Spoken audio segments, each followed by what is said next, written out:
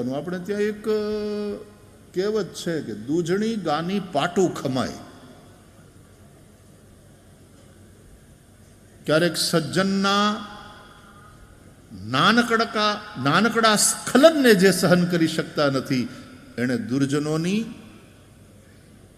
દુર્વૃત્તિઓ, દુર્જનોની દુષ્પ્રવૃત્તિઓ, દુર્જનો દ્વારા પ્રાપ્ત થતી પીડા ભોગવવાની તૈયારી રાખવી જોઈએ. દુર્જનોની સામે બોલવાની તો કોઈની તાકાત નથી, હિંમત નથી. અને સજ્જન માણસનું કંઈક આટલું એવું સ્ખલન તૂટી પડે બધા કે પોતાની જાતને આટલા મોટા ગણીને કરતા હતા. લ્યો હું નીકળ્યો.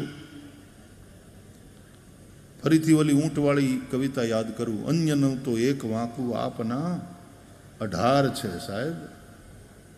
બીજાના દોષ જોતા पहला वो है ना कि वही पहला पत्थर मारे जिसने जिंदगी में एक भी पाप न किया हो.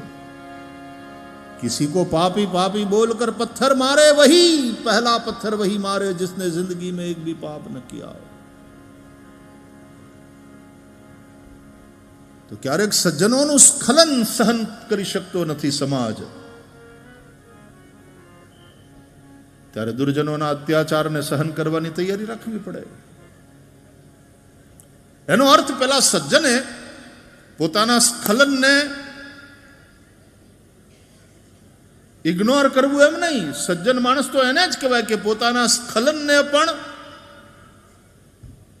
એ સ્વીકારે અને કે ભૂલ થઈ મારાથી, અને પછી એ દોષોને દૂર કરવા માટે પ્રયાસ કરે.